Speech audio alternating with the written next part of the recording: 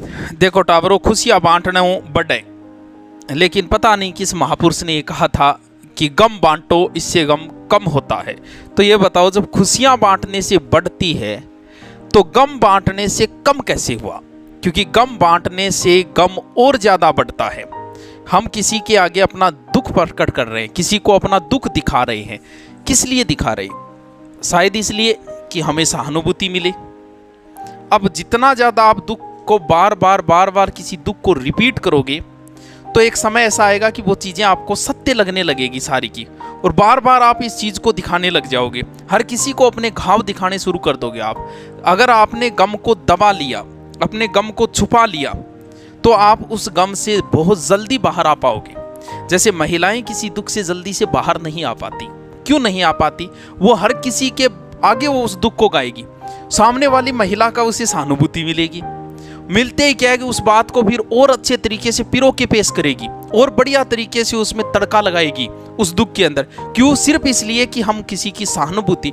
अरे दुख से किसको अच्छा लगता है? दुख, आप बाजार जाते हो, कई बार कटे हुए व्यक्ति को देखते हो, पाँव वाले को देखते हो, घाव वाले को देखते हो, और वो खड़े हैं आपसे पैसे मांग रहे हैं। किस लिए? सहानुभूति के लिए, कि आप उसे कुछ दो। किसी का घाव आप देख के कितनी देर उसे देख पाओगे? आप उसे पीछा ही छुड़ाना चाहोगे 5-10 रुपये दे के। हम लोग किसे बोरिंग बोलते हैं? बोरिंग आपा भी आदमी ने बोला जो आपको दुख तो गा दे, आप लो सुने को नहीं, आप आरो गा जाओ। और जो दुख गातो रहे वो हमेशा ही दुख गाता रहो, वो कभी बाहर आवे को मुंह लटकेड़ो ही रहेगो। जब 5 दोस्त इकट्ठा हुए तो भी दोस्त ने याद करा जो बड़ो ही इंटरटेनमेंट हुए, हंसाना रहो, ना कि बिन याद करेगा जो बोरिंग हुए। यार दुख को कौन देना चाहता है? कौन दुखी आदमी के पास बैठना चाहता है?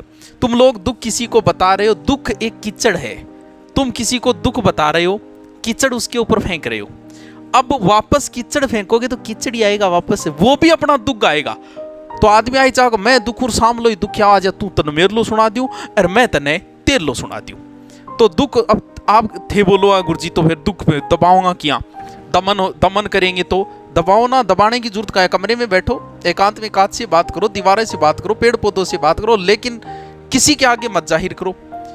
पुरुष जो है वो दुख से जल्दी बाहर आ पाता है, क्योंकि वो इस बात को जल्दी से, आप अपने दोस्त को दुख बताया, अब वो दोस्त भी आपको दुख की बातें करके आपको लंबे समय तक उस दुख में रखेगा। लेकिन जो दोस्त आपको दुख में नहीं देखना चाहता, आपने दुख बताया, वो तुरंत उस बात को दूसरी ओर मोड़ के हंसी मजाक की बातें शुरू कर देगा।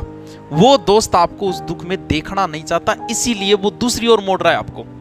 आपने देखो, आप कभी भी, लोग कौन दुख देखना चाहता है? आप शादी में बुलाओ, किसी को भी बुलाओ, कम से कम 1 घंटे रुक के जाएगा, लेकिन मृत्यु भोज पे आया हुआ व्यक्ति 10 मिनट से ज्यादा नहीं रुक पाता है। मृत्यु भोज पे आए महिलाएं वही वो बातें रिपीट करती है दुख से बाहर ही, जबकि पुरुष आता है, बैठता है 5 मिनट, फिर हंसी मजाक की बातें शुरू कर देता है।